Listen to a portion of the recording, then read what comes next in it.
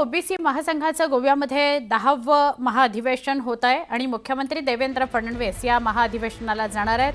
विजय वडेट्टीवार, आमदार अभिजित वंजारी यासह राज्यातले अनेक ओबीसी नेते या महाअधिवेशनाला उपस्थित राहणार आहेत। आगामी स्थानिक स्वराज्य संस्थांच्या निवडणुकीच्या पार्श्वभूमीवर अधिवेशनाला महत्त्व आलंय।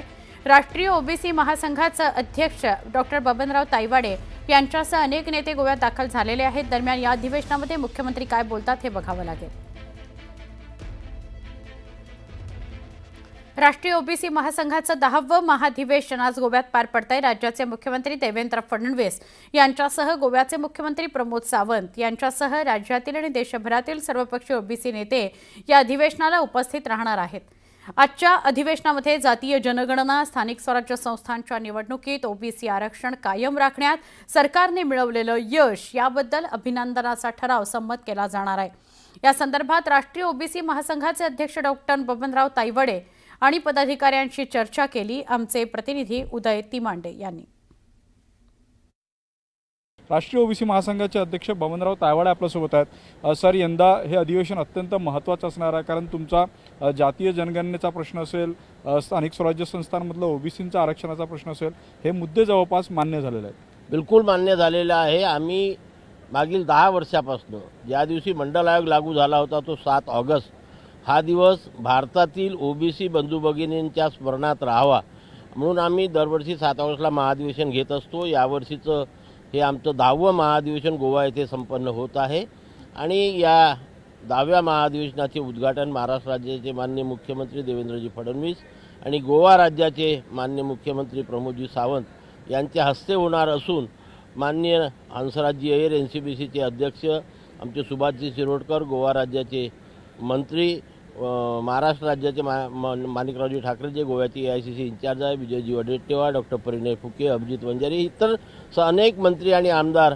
आज दिवसभर या ठिकाणी चर्चे राहून त्यांच्या समोर आम्ही चर्चा करणार आहोत। आणि या अधिवेशनामध्ये महत्त्वाचे जे मुद्दे राहणार आहेत की आताच आपण जसं म्हटलं की जातनिहाय जनगणना करण्याची जी मागणी अनेक दिवसापासून आम्ही रेटून धरली होती त्याला यश मिळालं आणि केंद्र सरकारने 2027 मध्ये होऊ घातलेल्या जनगणनेत जातनिहाय जनगणना करण्याचं मान्य केलं। परंतु हे जनगणना करताना त्या ठिकाणी ओबीसीचा स्वतंत्र कॉलम करून ओबीसीची आकडेवारी लवकरात लवकर जाहीर करावी ही मागणी आमची त्या ठिकाणी राहणार आहे। नॉन क्रिमिलियरची जी असंविधानिक अट लादलेली आहे ती रद्द करण्यात यावी। जर रद्द करेपर्यंत 20 लाख रुपये मर्यादा करावी। केंद्रामध्ये ओबीसी मंत्रालय नाही, या देशातील 60% जनतेला प्रतिनिधित्व देण्याकरता ओबीसी मंत्रालय नाही, ते ओबीसी मंत्रालय लवकरात लवकर सुरू करण्यात यावं। आपण आताच म्हटलं की स्थानिक स्वराज्य संस्थांचा प्रश्न सुप्रीम कोर्टाने निकालात काढला, पण हा कायमस्वरूपी निकालात निघाला नाही। तो कायमस्वरूपी निकालात काढायचा असेल तर संविधानाच्या कलम 243 D6 आणि T6 मध्ये अमेंडमेंट करावं लागेल। ते अमेंडमेंट केंद्र सरकारने करावं। या बाबतीत राज्य सरकार आणि केंद्र सरकारचा अभिनंदनाचा ठराव देखील या अधिवेशनात मांडला जाणार आहे। त्यामुळे हा ठराव मांडल्यानंतर त्याला मुख्यमंत्री काय उत्तर देतात हे बघणं देखील तितकंच महत्त्वाचं असणार आहे। व्हिडिओ जर्नलिस्ट प्रशांत मोहितेसह उदय तिमांडे, न्यूज 18 लोकमत, गोवा। उपमुख्यमंत्री अजित पवार हे बीड जिल्ह्याच्या दौऱ्यावर आहेत। जिल्हा क्रीडा संकुलातील कामाची पाहणी ते करत होते। सकाळी 6:30लाच बाहेर पडलेले आहेत। वेगवेगळ्या कामांची पाहणी करत असताना एका नागरिकानं जिल्हा क्रीडा संकुलात एक प्रश्न उपस्थित केला की या रोडचं काम होणार आहे की नाही। दरम्यान अजितदादा मात्र चांगले संतापले। माझ्याकडे काय जादूची कांडी आहे का, तुम्ही सहकार्य करा असा सल्ला अजित पवारांनी दिला। आधीच्या लोकांनी काहीच केलं नाही असं अजित पवार म्हणाले। आता मला कोणाचे काही काढायचे नाही, मी सहकार्य करतोय, नाहीतर मी जातो, मग कुणाला हवं त्याला पालकमंत्री करून घ्या असं म्हणत अजित पवारांनी नाराजी व्यक्त केली। बीडकरांनो, त्याच्या आधी कुणी लक्ष दिलं नाही, आता पालकमंत्री म्हणून लक्ष देतोय, पैसे आणतोय, जरा मदत करा, लगेच रस्ता करणार, सगळं करायचंय। जादूची काढणी नाही माझ्याकडे, पण सहकार्य करा, मी सहकार्य करेन। चालू झालं मी आपलं जातो, 2 मिनिटं थांबा ना त्यांचं।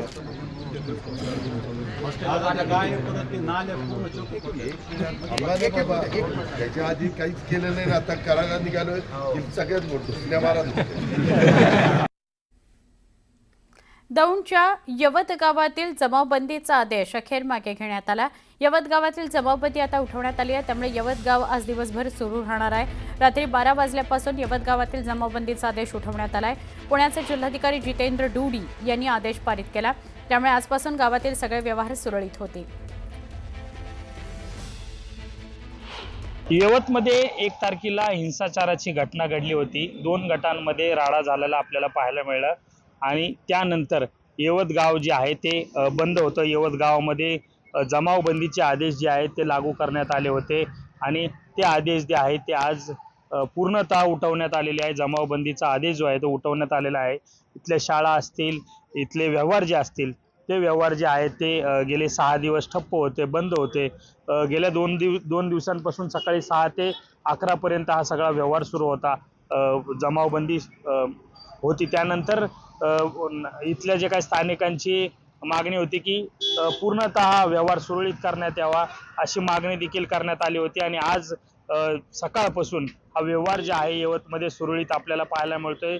या यवतमध्ये दंगे झाले होते आणि त्या दंग्यानंतर हा संपूर्ण जे काय आहे तो परिसर जो आहे तो शांत झाला होता, शांतता होती आणि संपूर्ण व्यवहार जे आहेत ते या ठिकाणी ठप्प झाले होते। मात्र आजपासून या यवत गावातील व्यवहार जे आहेत ते सुरळीत या ठिकाणी पाहायला मिळतात आहे आणि अशाच पद्धतीचे व्यवहार संपूर्ण जे यवत गावामध्ये आहेत त्या ठिकाणी पाहायला मिळतात। मात्र पोलिसांचा या ठिकाणी आपल्याला वावर पाहायला मिळतोय, पोलिसांचा बंदोबस्त या ठिकाणी पाहायला मिळतोय।